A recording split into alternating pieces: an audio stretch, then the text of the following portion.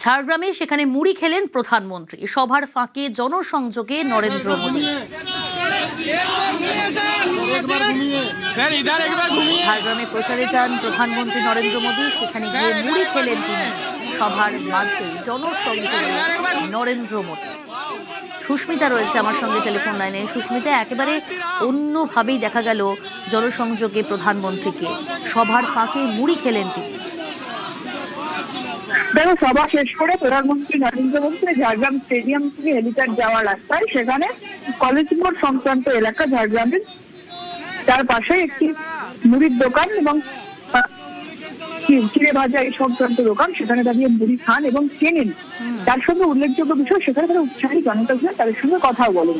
সুতরাং বাংলার রাজনীতির সঙ্গে মুড়ি যেমন ওতপ্রোতভাবে জড়িত, সেটাকেই বঙ্গ বিজেপির শীর্ষ নেতৃত্ব প্রধানমন্ত্রী নরেন্দ্র মোদী তিনি জনসংযোগের মাধ্যম হিসেবে কাজে লাগালেন।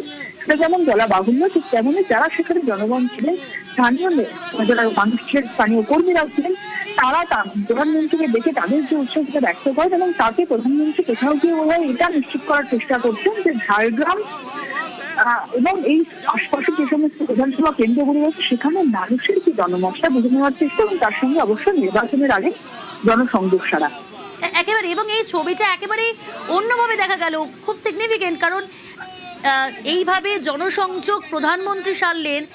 সত্যি এই ছবি সাম্প্রতিক ঐতিহ্যে কবে দেখা গেছে সেটা সত্যি মনে করা যাচ্ছে না। বেশ সুস্মিতা।